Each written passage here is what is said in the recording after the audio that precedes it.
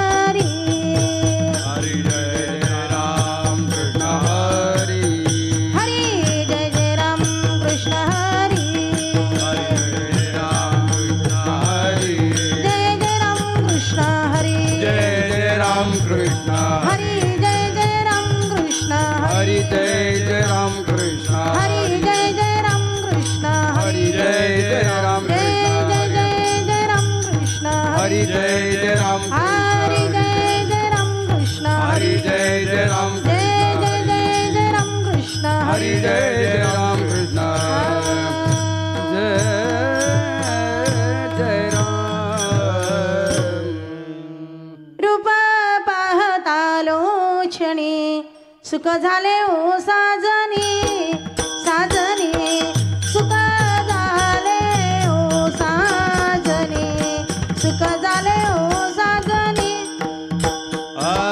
रूप पाहतालो जरी सुख झाले ओ साजनी सुख झाले ओ साजनी सुख झाले ओ साजनी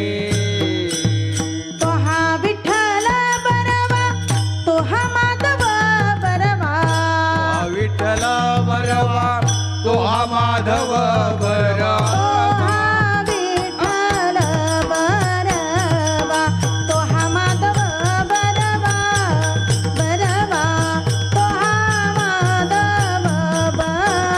बरवा तो हा माधव बरवा तो हा विठ्ठल बरवा तो हा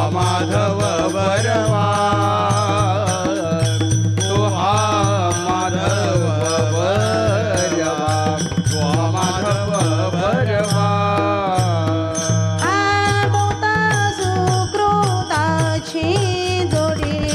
म्हणून विठ्ठली आवडी आवडी मनोनी विठ्ठली आवडी म्हणून विठ्ठली आवडी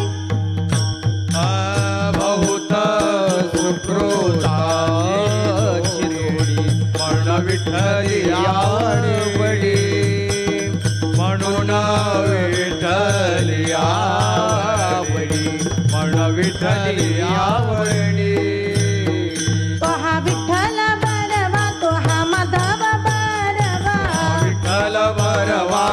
माधव बरवा विठ्ठल बरवा तो हा माधव बरवा विठ्ठल बरवा तो माधव बरवा तो हा विठ्ठल बरवा तो हा माधव बरवा तो हा माधव बरवा तो हा माधव बरवा तो विठ्ठल बरवा तो माधव बरवा तो माधव भरवा तो माधव भरवा जय जय राम कृष्ण हरी जय जय राम कृष्ण हरी जय जय राम कृष्ण हरी जय जय राम कृष्ण हरी जय जय राम कृष्ण हरी जय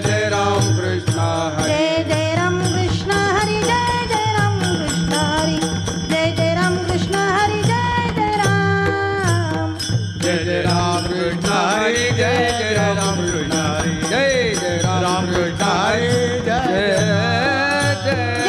जय राम जय जय राम अनादि सिद्ध पंढरपूर अनादि सिद्ध पंढरपूर नांदे विठाई सुंदर नांदे विठाई सुंदर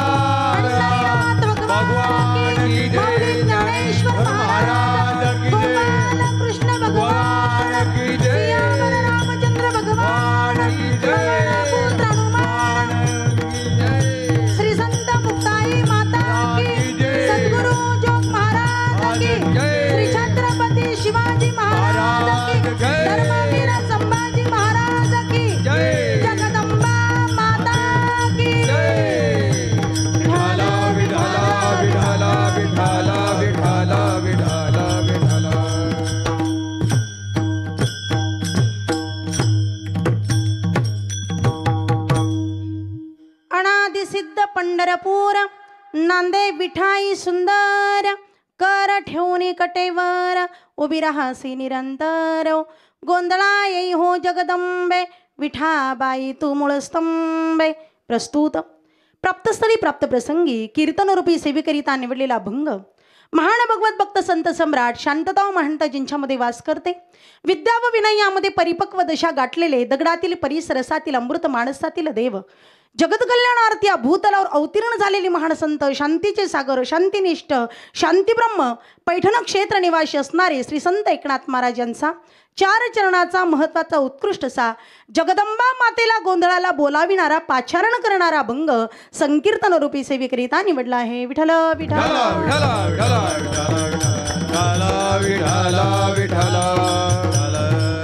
सेवेला सुरुवात करण्यापूर्वी अल्पसा पर्याय द्यायचा तो म्हणजे असा. आज या ठिकाणी आता सध्या महाराष्ट्रामध्ये अत्यंत महत्त्वाचा एक उत्सव चालू आहे. तो उत्सव म्हणजे नवरात्र उत्सव.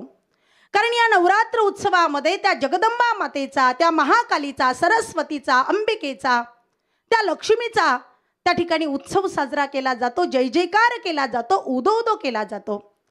त्या जगदंबा मातेनं महिषासुर नावाच्या राक्षसाला मारण्यासाठी जगदंबेचा अवतार धारण केला, दुर्गेचा अवतार धारण केला, कालीचा अवतार धारण केला आणि महिषासुर नावाच्या दैत्याचा त्या ठिकाणी वध केला. म्हणून तेव्हापासून आपण हा नवरात्र उत्सव या ठिकाणी साजरा करत असतो. विठ्ठल विठ्ठल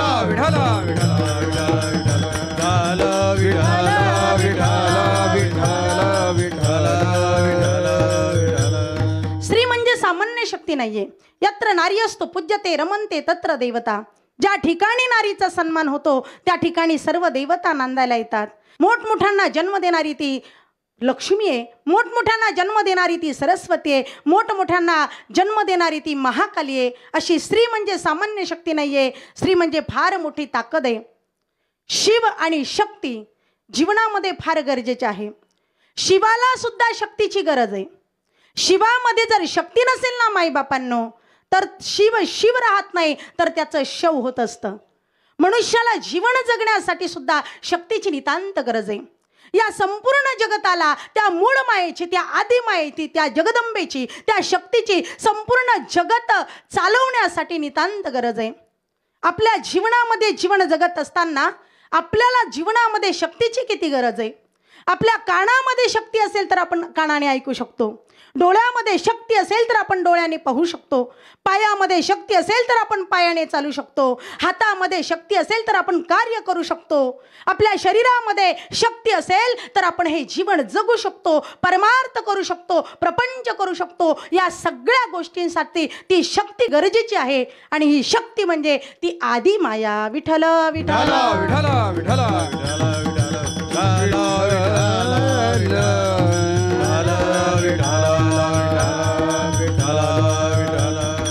म्हणून हा नवरात्र उत्सव प्रत्येकाने साजरा केला पाहिजे. नवरात्राचा उपवास प्रत्येकाने ह्या ठिकाणी केला पाहिजे. आता या अभंगामध्ये नाथबाबा सुद्धा जगदंबा मातेला गोंधळाला पाचारण करतात, गोंधळाला बोलवतात. ज्यांचा अभंग आपण या ठिकाणी कीर्तनरूपी सेवेकरिता निवडलाय त्या नाथबाबांचा अधिकार म्हणजे सामान्य नाहीये. माझ्या नाथबाबांचा अधिकार म्हणजे सामान्य नाही. माईबापांनो ऐका, ज्या नाथबाबा या ठिकाणी जगदंबा मातेला गोंधळाला पाचारण करताय बोलवताय त्या नाथबाबांचा अधिकार किती मोठा आहे सांगेन मी तुम्हाला. माझे नाथबाबा व्यक्ती म्हणून कोण आहे, माझ्या नाथबाबांची शक्ती किती मोठी आहे, माझ्या नाथबाबाची संपत्ती किती मोठी आहे, माझ्या नाथबाबांची विरक्ती किती मोठी आहे आणि माझ्या नाथबाबाची नीती किती मोठी आहे, माझ्या नाथबाबाची भक्ती किती मोठी आहे, हे सर्व मी तुमच्या समोर मांडण्याचा प्रयत्न करेन. ज्या नाथबाबांचा आपण या ठिकाणी अभंग कीर्तन रूपी सेवेकरिता निवडलाय अशा माझे नाथबाबा व्यक्ती म्हणून किती श्रेष्ठ आहे. माझे नाथबाबा व्यक्ती म्हणून कोण आहे तर माझे नाथबाबा व्यक्ती म्हणून साक्षात ज्ञानोबारायांचा अवतार आहे.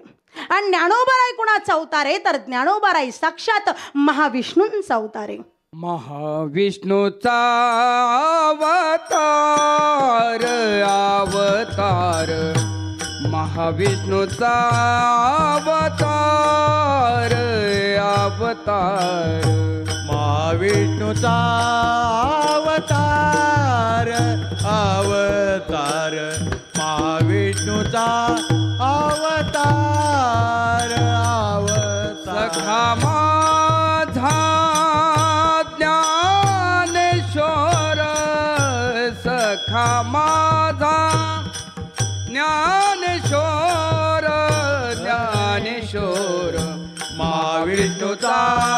अवतार अवतार महाविष्णूचा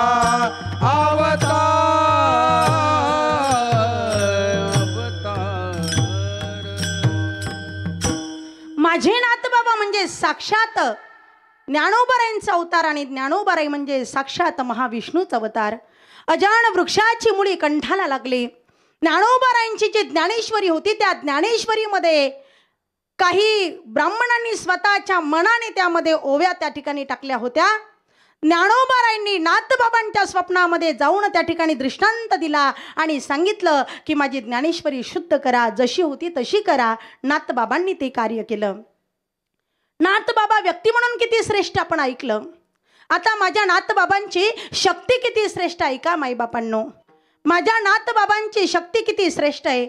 माझ्या नाथबाबांच्या जीवनामध्ये, माझ्या नाथबाबांच्या प्रपंचामध्ये 36 वर्ष ब्रह्मांडाच्या मालकाने पाणी भरण्याचं कार्य करावं ही माझ्या नाथबाबांची शक्ती महाराज. कावडीने पाणी जागरी चक्र पाणी वाहे, कावडीने पाणी जागरी चक्र पाणी वाहे, कावडीने पाणी जागरी चक्र पाणी वाहे, कावडीने पाणी जागरी चक्र पाणी वाहे. अनन्य भक्ती भावे, अनन्य भक्ती भावे निळा वंदित से पाये, निळा वंदित से पाये, निळा वंदित से पाये, निळा वंदित से पाये. ओ वाळू आरती स्वामी एकनाथा, ओ वाळू आरती स्वामी एकनाथा, ओ आरती स्वामी एकनाथा, ओ वाळू आरती स्वामी एकनाथा. माझ्या नाथबाबांची नीती किती श्रेष्ठ सांगेन मी तुम्हाला.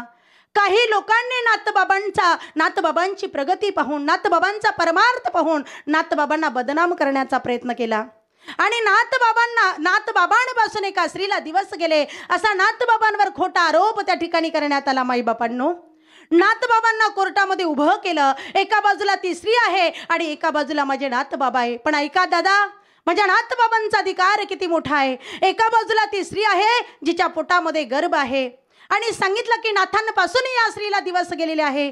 नाथबाबांनी सांगितलं थांबा, मी गुन्हा केलेला नाहीये, मी गुन्हेगार नाहीये, पण या स्त्रीच्या पोटातला गर्भ कुणाचा आहे मी माझ्या मुखाने तुम्हाला सांगणार नाही, तर या स्त्रीच्या पोटातला गर्भ सांगेल की मी तो गर्भ कुणाचा आहे. मग नाथबाबांनी त्या स्त्रीच्या पोटातल्या गर्भाला विचारलं, बाळ तू कुणाचा आहे, बाळ तू कुणाचा आहे. पोटातला गर्भ म्हणाला मी यवनाचा आहे, मी यवनाचा आहे, मी यवनाचा आहे. पोटातल्या गर्भानं उत्तर द्यावं ही माझ्या नाथबाबांची नीती महाराज. विठ्ठल विठ्ठल विठ्ठल विठ्ठल विठ्ठल विठ्ठल विठ्ठल विठ्ठल. माझ्या नाथबाबांची संपत्ती आहे का. माझ्या नाथबाबाच्या प्रपंचामध्ये दररोज भगवान परमात्म्याला पुरणपोळीचा नैवेद्य त्या ठिकाणी होता. माझ्या नाथबाबांची श्रीमंती आहे, माझ्या नाथबाबांची विरक्ती आहे का माईबापांनो. माझ्या नाथबाबांनी एकदा नाही तर दोनदा काळावरती विजय मिळवला. काळावर विजय मिळवणं म्हणजे एवढी सोपी गोष्ट नाहीये. काळावरती विजय मिळवायला सुद्धा तेवढीच ताकद लागते महाराज. आजपर्यंत काळाला कुणाला जिंकता आलं नाही. घडी घडी काळ वाट याची पाहे, अजून किती आहे अवकाश देह जाईल जाईल यासी काळोबा खाईल. हे काळननाचे तोंडी घातली लोणियाची उंडी, माशी पाक पाकडीत वहे सरे. काळावरती विजय मिळवणं म्हणजे एवढी सोपी गोष्ट नाही. माझ्या नाथबाबांनी एकदा नाही तर दोनदा काळावरती विजय मिळवला. पहिल्यांदा नाथबाबांचं देहावसान झालं, नाथबाबांची प्रेतयात्रा निघाली. एक बाई आपल्या मुलीला नुकतीच त्या ठिकाणी सासरी पाठवत होती आणि सासरी पाठवत असताना हे प्रेत आडवं गेलं. तिच्या मनामध्ये विचार आला, अरे या मड्याला मरायला आताच वेळ मिळाला का, याला कालही वेळ नव्हता आणि उद्याही नव्हता का. माझ्या मुलीच्या वैवाहिक जीवनाचा आज पहिला दिवस आणि याला मरायला आत्ताच वेळ मिळाला का. काही सांगावं माईबापांनो, माणूस झोपेतून उठून बसावा तसे माझे नाथबाबा तिरडीवरून उठून बसले आणि सांगितलं, बाई तुझ्या लेकीचं जाणं महत्वाचं आहे, माझं जाणं महत्वाचं नाही. हा अधिकार फक्त माझ्या नाथांचा. सांगेन मी तुम्हाला. परत एकदा नाथबाबांचं देहावसान झालं आणि देहावसान झालं असताना त्या ठिकाणी नाथबाबांची परत एकदा प्रेतयात्रा निघाली. परत एकदा प्रेतयात्रा निघाली आणि काही मंडळी पारावर बसलेली होती. आता तुम्हाला माहिती आहे पारावर कोण बसतं? सगळे धार्मिक, बरोबर ना? सगळ्या पारमार्थाच्या गप्पा. कुठं? ज्ञानोबरायांची ज्ञानेश्वरी म्हणू नका, तुकोबरायांचा गाथा म्हणू नका, नाथांचं भागवत म्हणू नका. सगळ्या परमार्थाच्या गप्पा पारावर, बरोबर ना? अजिबात नाही. पारावर बसणारी मंडळी म्हणजे सगळ्या गावाचं उरकणारी, सगळ्या गावाची निंदा करणारी, टवाळी करणारी मंडळी पारावरती. आणि ही मंडळी कशी मारा? ही मंडळी कीर्तनानं सुधरत नाही आणि तमाशानं बिघडत नाही. अशी ही मंडळी. हे कीर्तनातही पुढं आणि तमाशातही पुढं, पण सुधरायचं बाकी नाही अशी ही मंडळी. ती मंडळी पारावरती बसलेली होती आणि त्यांनी सांगितलं, बघा बघा, आयुष्यभर परमार्थ केला, आयुष्यभर परमार्थ केला, मेला दुसऱ्याच्या खांद्यावरच चालला. नाथबाबांनी सांगितलं मला दुसऱ्याच्या खांद्यावर जायचं नाही. मग पुढे स्वतःहून नाथबाबांनी गळ्यामध्ये विणा घेतला. दिंडीमध्ये नाथबाबा चालताय आणि स्वतःहून गोदावरीमध्ये नाथबाबांनी षष्टीला जलसमाधी घेतली. हा अधिकार फक्त आणि फक्त माझ्या नाथबाबांचा आहे. विठ्ठल विठ्ठल विठ्ठल विठ्ठल विठ्ठल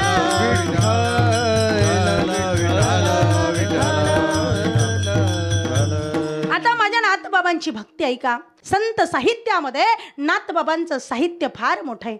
आपण जर गाथा काढला तर कितीतरी अभंग रचना प्रत्येक विषयावरती आपल्याला नाथबाबांची दिसते. त्यानंतर नाथबाबांचं भारुडं कितीतरी आपल्याला त्या ठिकाणी ऐकायला मिळतात. कितीतरी वेगळ्या प्रकारचे अभंग आपल्याला नाथबाबांचे त्या ठिकाणी ऐकायला मिळतात. ही माझ्या नाथबाबांची भक्ती आहे. एवढा मोठा अधिकार माझ्या नाथबाबांचा, ज्यांचा अभंग आज या ठिकाणी कीर्तनरूपी सेवेकरिता निवडलाय. प्रस्तुत भंगामध्ये नाथबाबा त्या आदी मायेला, आदी शक्तीला, त्या मूळपीठ असणाऱ्या त्या भगवतीला या ठिकाणी गोंधळाला पाचारण करताय, गोंधळाला बोलवताय. पण गोंधळाला बोलवायचं नेमकं कारण काय? त्या जगदंबा मातेला गोंधळाला बोलवायचं कारण काय? नाथबाबांनी ज्ञानोबरायांच्या ज्ञानेश्वरीचा अभ्यास केला. ज्ञानेश्वरीचा अभ्यास केला असताना आपण जर समाजामध्ये बघितलं तर 4 वर्ग आपल्याला समाजामध्ये दिसतात. पहिला वर्ग आहे ब्रह्मचारी, दुसरा वर्ग आहे वानप्रस्थी, तिसरा वर्ग आहे गृहस्थी आणि चौथा वर्ग आहे संन्यासी. पहिला वर्ग आहे ब्रह्मचारी. शास्त्राने प्रत्येक वर्गाची वेगवेगळी कर्तव्य त्या ठिकाणी सांगितले, वेगवेगळे नियम त्या ठिकाणी सांगितले. आता पहिला वर्ग आहे ब्रह्मचारी. ब्रह्मचारी असताना मनुष्याने काय करावं? ब्रह्मचारी धर्म गोकावी अक्षरे, आश्रमी विचार षटकर्मी.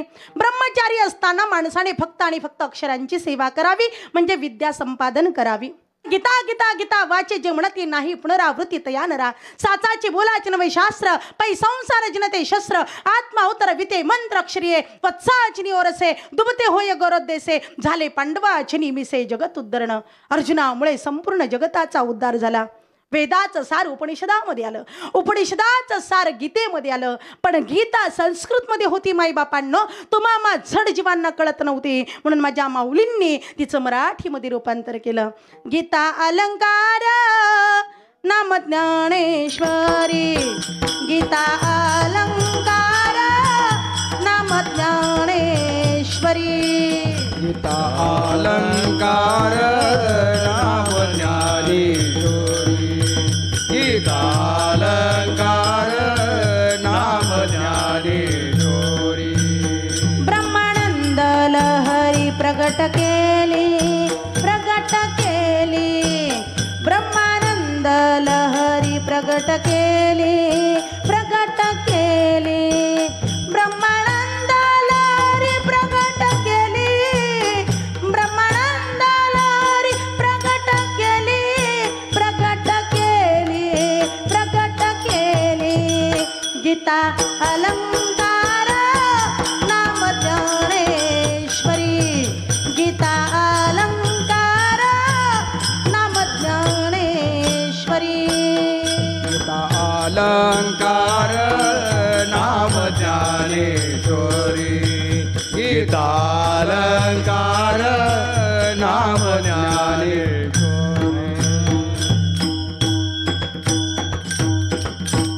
माझ्या माऊलींनी तिचं मराठीमध्ये रूपांतर केलं. सांगेन मी तुम्हाला माईबापांनो, सांगेन मी तुम्हाला माझे माऊली नेवाशाला खांबाला टेकून ज्यावेळी ज्ञानेश्वरी सांगत होते ना, माईबापांनो, माऊली जेव्हा नेवाशाला खांबाला टेकून ज्ञानेश्वरी सांगत होते ना, तेव्हा माझ्या माऊलींच्या पोटामध्ये किती दिवसापासून अन्न नव्हतं ना किती नाही माझ्या माऊलींना माहिती बरं का. वाचा विज्ञानेश्वरी हा वाचा विज्ञानेश्वरी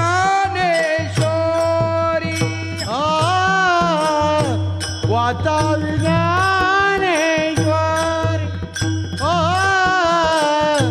वाचा विज्ञानेश्वरी डोळा पहावी पंढरी डोळा पहावी पंढरी वाचा विज्ञानेश्वरी वाचा विज्ञानेश्वरी.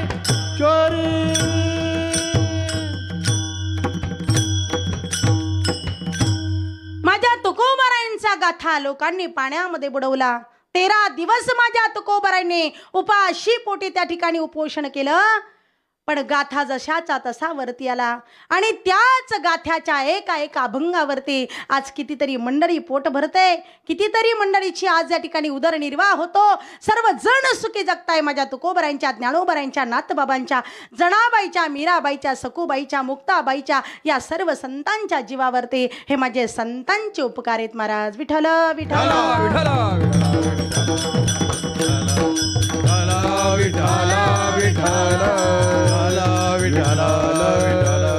माणसाने विद्वत्ता कमवली पाहिजे, अक्षरांची सेवा केली पाहिजे. आता वानप्रस्थामध्ये असताना पत्नीसोबत असून सुद्धा त्या ठिकाणी वियोग असतो, दोघांमध्ये काठी किंवा दंड टाकून झोपतात. आता तिसरा वर्ग त्या ठिकाणी असणारा संन्यासी. संन्यासी कुणाला म्हणावं? ज्ञानोबाराई सांगतात, मी माझी आईसे आठवण विसरले जयाचंत करण पार्था तो संन्यासी जाण निरंतर. जिथं मी आणि माझं हे अस्तित्व शिल्लक राहत नाही, माया ममताच जिथं शिल्लक राहत नाही त्याला संन्यासी म्हणतात. आणि आता चौथा आहे गृहस्थी. गृहस्थ आश्रमामध्ये असताना काही करावं? तुम्ही आम्ही सर्वजण गृहस्थी आहोत बरोबर ना? महिला मंडळ जरा बोलत चला. विठ्ठल विठ्ठल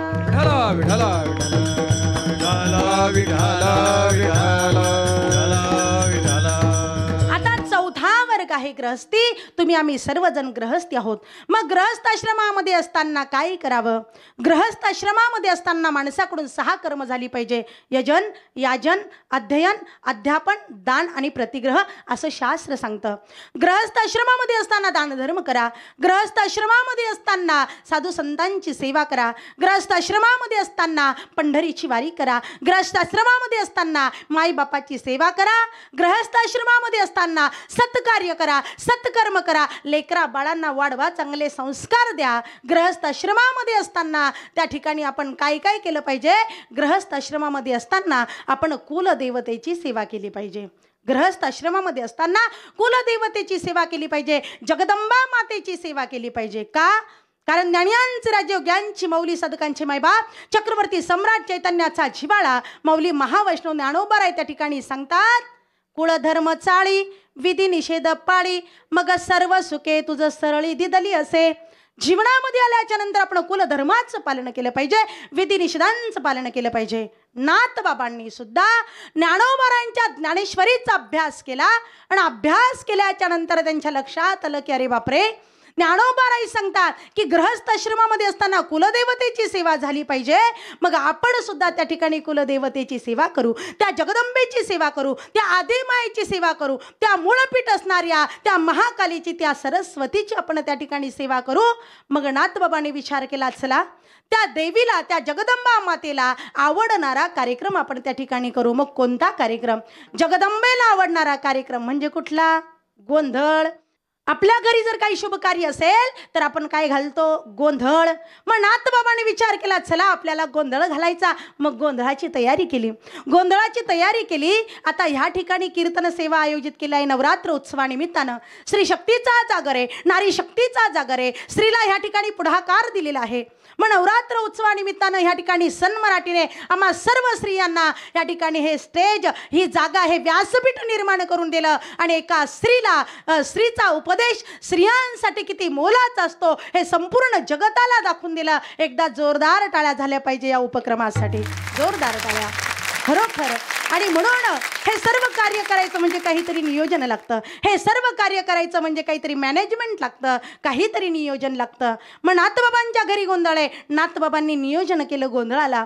सगळ्यात पहिल्यांदा नाथबाबा गेले मंडपवाल्याकडे. गोंधळासाठी मंडप आणायचा आहे. मग कोणता मंडप, किती छेद, 1 छेद, 2 छेद, 3 छेद, 4 छेद, किती छेद मंडप टाकला.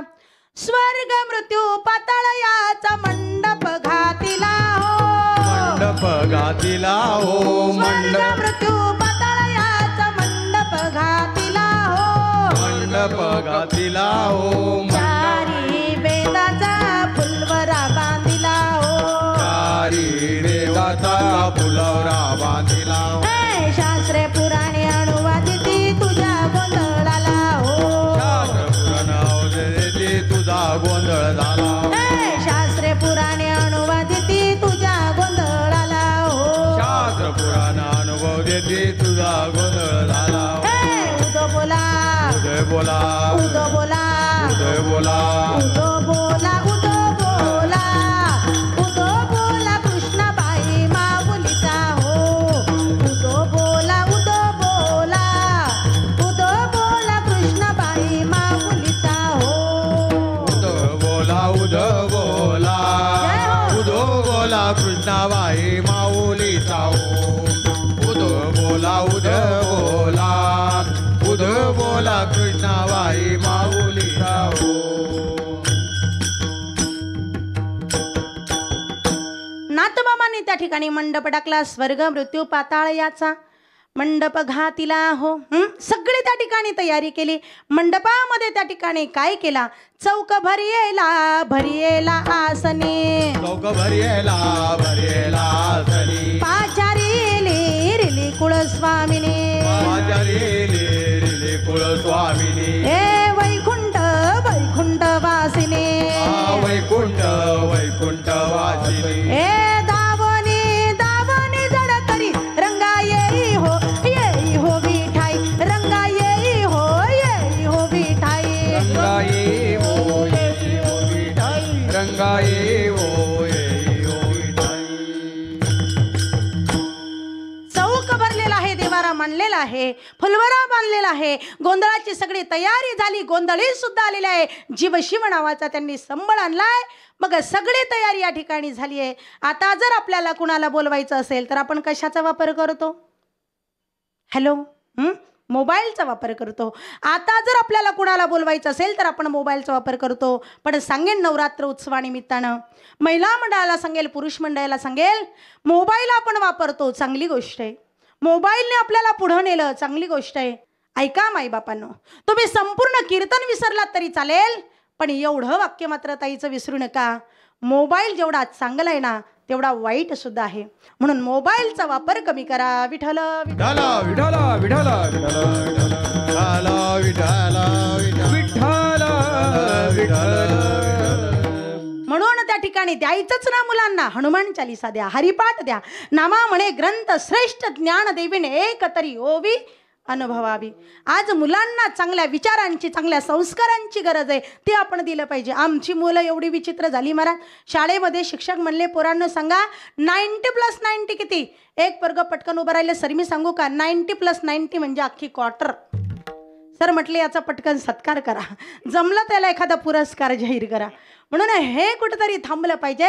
लेकरांना आपल्या हिंदू धर्म संस्कृतीची आपण जाणीव करून दिली पाहिजे. आपली संस्कृती काय सांगते, आपला हिंदू धर्म काय सांगतो, आपले ग्रंथ काय सांगतात, याची जाणीव आपण लेकरांना करून दिली पाहिजे. आपला भारत देश आणि आपली संस्कृती वाचवण्यासाठी आजपासूनच सुरुवात करा. विठ्ठल विठ्ठल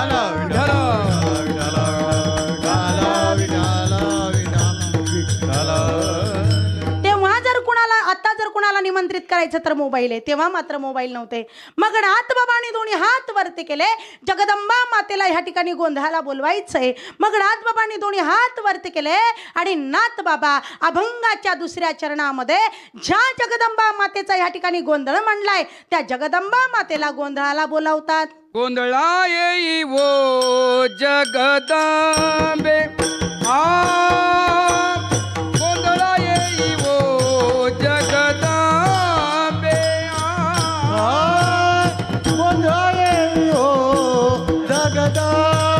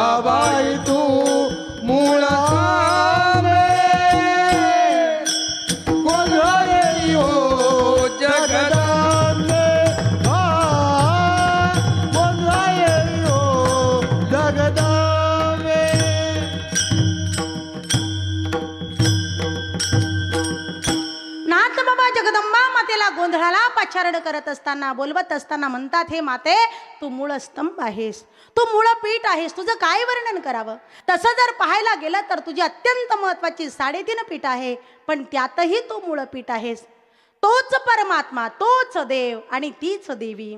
परमात्मा ही देवही तोच आहे आणि देवी सुद्धा तीच आहे. एकच परमात्मा अनंत रूपांनी त्या ठिकाणी वावरत असतो. अनंत रूपे अनंत वेशे देखिले मे त्यासी, बाप रखुमा देवी वरुखुण बाणली कैसी.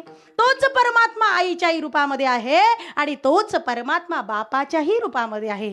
पण बापाचं स्वरूप वेगळं आणि आईचं स्वरूप वेगळं. बाप जर डोळ्यासमोर आपण आणला तर दाढी मिशावाला, बाप जर डोळ्यासमोर आणला धोतर घातलेला, बाप जर डोळ्यासमोर आणला तर पॅन्ट शर्ट घातलेला असा तो बाप. पण आई जर डोळ्यासमोर आणली तर साडी घातलेली, आई जर डोळ्यासमोर आणली तर कपाळाला टिकली, आई जर डोळ्यासमोर आणली तर नाकामध्ये नथ, आई जर डोळ्यासमोर आणली तर लांब लांब केस, असं आमच्या आईचं स्वरूप आहे. तोच परमात्मा बापाच्याही स्वरूपात प्रकट झाला आणि तोच परमात्मा आईच्याही स्वरूपामध्ये प्रकट झाला. मग ती जगदंबा माता कुठे कुठे प्रकट झाली तर ती जगदंबा माता मांढर देवीला काळूबाई नावानं सुद्धा प्रकट झाली. मग ती जगदंबा माता मांढर देवीला काळूबाई नावानं कशी प्रकट झाली सांगेन मी तुम्हाला मायबापांनो. आताच जे मांढरगड आहे ते पूर्वीचा मंदार पर्वत आहे. या मंदार पर्वतावर त्या ठिकाणी मायबापांनो पांडव अज्ञातवासासाठी वनवासासाठी त्या ठिकाणी गेले होते. 12 वर्षांचा वनवास आणि 1 वर्षांचा अज्ञातवास.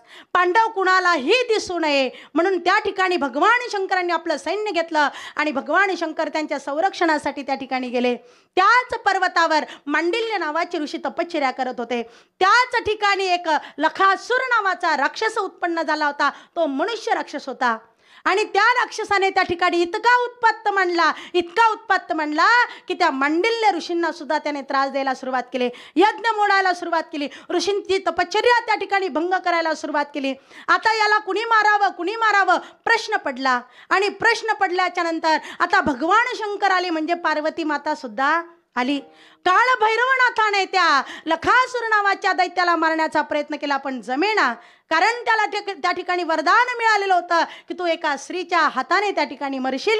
मग असं म्हटल्याच्या नंतर तीच पार्वती माता त्या लखासूर नावाच्या दैत्याला मारण्यासाठी कालिका अवतारामध्ये त्या ठिकाणी प्रकट झाली. अनादि निर्गुण असणारी ती जगदंबा माता त्या ठिकाणी काळूबाईच्या स्वरूपामध्ये प्रकट झाली. अनादि निर्गुण प्रगटली भवानी, अनादि निर्गुण प्रगटली भवानी, महिषासुर मर्दना लागोनी, महिषासुर मर्दना लागोनी, त्रिविध तापाची करावया झाडणी, त्रिविध तापाची करावया झाडणी, भक्ता लागी तू पावासी निर्वाणी, आईचा जोगवा मागेन, आईचा जोगवा मागेन, आईचा जोगवा मागेन, आईचा जोगवा मागेन, आईचा जोगवा मागेन, आईचा जोगवा मागेन, आईचा जोगवा मागेन,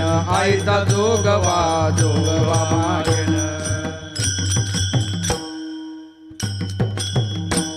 आणि अशा कालिका स्वरूपामध्ये ती प्रकट झाली आणि प्रकट झाल्यानंतर त्या लखासुराला मारण्याचा प्रयत्न करू लागले. पण त्या लखासुराचं एक वैशिष्ट्य असं होतं की तो लखासूर त्या ठिकाणी त्याचं रक्त जमिनीवर सांडलं की त्या ठिकाणी परत ते लखासूर त्या ठिकाणी निर्माण व्हायचे. जगदंबा मातेला, त्या कालिका देवीला, त्या काळूबाईला त्या लखासुराला मारता येईना, ती जंगलात गेली. सटुबाई माता प्रसन्न झाली. तिने सांगितलं की एक काम कर, या लखासुराला तू मारल्यानंतर त्याचं जे रक्त खाली जमिनीवरती त्या ठिकाणी पडतं सांडतं, ते रक्त जमिनीवर पडू द्यायचं नाही. ते रक्त तू स्वतः प्राशन करायचं. ते रक्त जर तू स्वतः प्राशन केलं तर त्या ठिकाणी तो मरेन. आणि असं म्हटल्याच्या नंतर त्या कालिका मातेनं त्या लखासुराचं रक्त स्वतः त्या ठिकाणी प्यायला सुरुवात केली आणि त्या जगदंबा मातेनं, कालिका मातेनं, त्या काळूबाईनं त्या लखासूर नावाच्या दैत्याचा वध केला आणि त्या लखासुराला आपल्या चरणाजवळ जागा दिली. ती जगदंबा माता त्या मांढर देवीला काळूबाई नावानं, तो मंदार पर्वत म्हणून त्याचं नाव पडलं मांढर. आणि ते मांढर गावची ती जगदंबा माता काळूबाई माता हा साक्षात पार्वती मातेचा अवतार आहे, साक्षात जगदंबेचा अवतार आहे, साक्षात महाकालीचा अवतार आहे. अशी ती जगदंबा त्या ठिकाणी प्रकट झाली. अशी ती जगदंबा अनेक रूपामध्ये अनेक ठिकाणी वास्तव्य करते. तसं जर पाहायला गेलं तर त्या मातेची 3.5 पीठ आहे. ती 3.5 पीठ कुठं कुठं आहे सांगेन मी तुम्हाला. पहिलं पूर्ण पीठ आहे कोल्हापूरची महालक्ष्मी, दुसरं पूर्ण पीठ आहे तुकाई देवी तुळजापूरची, तिसरं पूर्ण पीठ आहे माहूरगडची रेणुका माता आणि चौथं अर्धपीठ आहे वणीची सप्तशृंगी माता. आता ही जगदंबा माता त्या ठिकाणी कशी प्रकट झाली, कशी निर्माण झाली, नवरात्र उत्सव आहे या निमित्तानं मी तुम्हाला नक्कीच सांगेन. विठ्ठल विठ्ठल विठ्ठल विठ्ठल विठ्ठल विठ्ठल विठ्ठल विठ्ठल